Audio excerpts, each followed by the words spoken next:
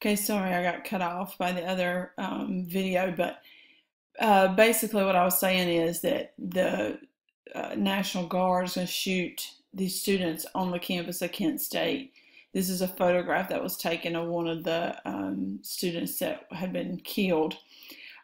What they don't tell you is that the SES and other students had been setting fire to the ROTC buildings on the campus of Kent State, because ROTC, of course, is military prep, and in their protests, they had been setting fire to them. So that's why the National Guard troops came out en masse. However, of course, students still should not have been killed. The public also found out about a 1968 massacre of women and children. There were no men in this camp, Vietnamese village of My Lai. That's how you say it, My Lai. And I have a terrible picture of that. This also, of course, stains the reputation of the U.S. military. I just want to point out, you see there's a little baby right here? There's his leg. There's his head. I mean, just women and kids.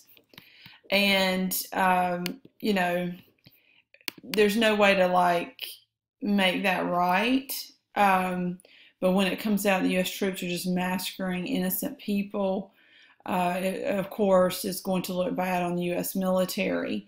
And the only thing I can say in response to that is so many of these troops are experiencing PTSD and other problems, and you see that coming out. That's not really, of course, diagnosed back then. That's more of since the Iraq-Afghanistan war. You hear that more talked about. Nevertheless, so no excuses for this. It's really awful. So you're seeing a lot of bad publicity about the war in the news, which turns the public against war significantly. And then the New York Times publishes a story called the Pentagon Papers, which basically document the mistakes and the deception of the government in dealing with Vietnam. It says these papers have been leaked to the press by former Defense Department analyst Daniel Ellsberg. So the Pentagon Papers revealed that, for example, LBJ had lied about the Gulf of Tonkin issue. Later when we realized that that was not the North Vietnamese firing on us, that information was sort of covered up, and other incidences there where it looks like the government was very, very deceptive.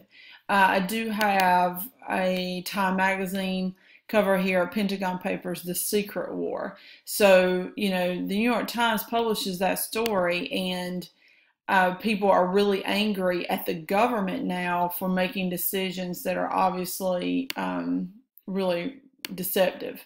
Okay. Then in 1972, Richard Nixon gets reelected, ironically, with 60.7% of the popular vote, which was quite incredible. The reason why this election is ironic is because just prior to this, he will have been a part of the Watergate break-in, and I'll explain that more later when I teach the 70s. But I just want to mention there's overlap here between it here and then in the next unit. On January 27th of 73, we signed an agreement to end the war. And I'll show you a clip in class when I teach Nixon about Nixon discussing this, ending the war, and they do, allowing the North Vietnamese to temporarily, that's what they were told, stay in the South. So the American people were told it's just a temporary thing, letting these North Vietnamese stay there. In March of 75, the North Vietnamese army leads a full-scale invasion of the South.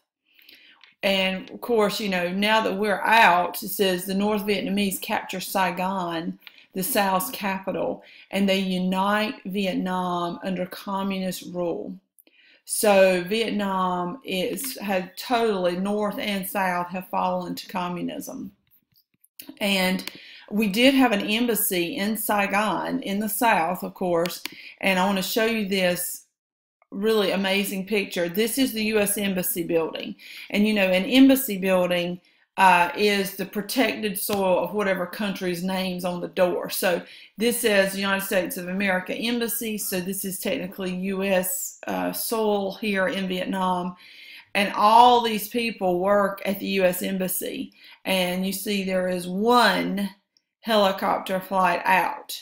As the North Vietnamese converge on South Vietnam and Saigon, this city, all these people, probably some of which are American, some of which are just trying to get to America and get out of there, are trying to get on this one helicopter. So that shows you the desperation to try to get out as the North Vietnamese close in. And then, interestingly, Congress passes the War Powers Act, which I think is a total reflection, like cause and effect, an effect from the cause of the Gulf of Tonkin. And it said the president had to inform Congress of committing troops within 48 hours of doing so. So he can send troops, but Congress can withdraw them 60 to 90 days within that time frame. Or, of course, Congress can declare war. So you may say, well, they can go for 60 to 90 days. But, you know, having a mass movement of your military, especially American military, takes forever. So, you know, it's not like an overnight thing. So this gives Congress enough time to make a decision, vote on it, and then withdraw those troops if they don't agree with the president. What we have seen is that what happens is, since this War Powers Act in the 70s under Nixon, as a result of LBJ and Gulf of Tonkin, is that now the president will go to Congress and will ask for a declaration of war. And then Congress will, if they give that declaration, then we go to war. You do not see the president committing troops to a massive full-scale invasion and then waiting to see what Congress says.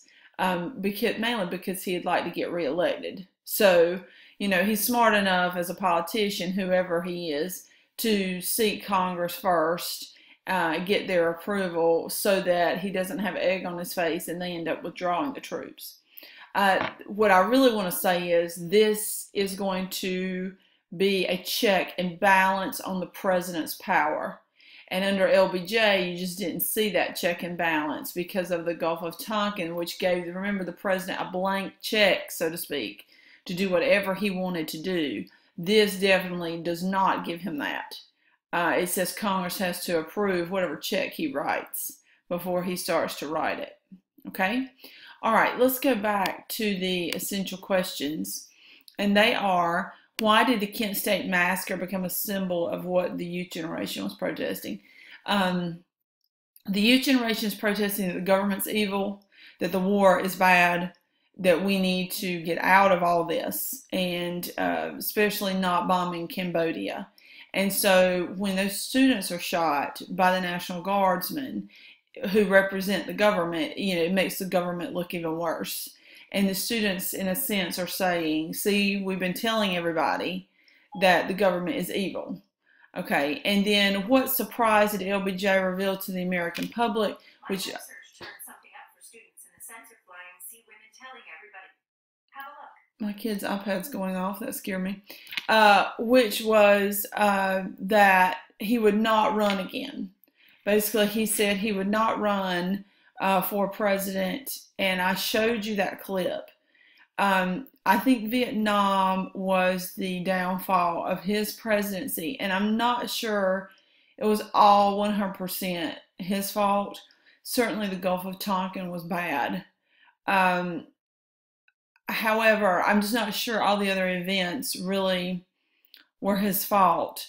But he, you know, the buck stops with him, and he is the one that everyone blames for the quagmire of Vietnam. I mean, we can't quite get out of it, and we certainly can't win it. So that's why everyone blames him. So he does not run again. That's his big surprise to the American people. Okay? All right. Sorry for the 2 videos. Bye, guys.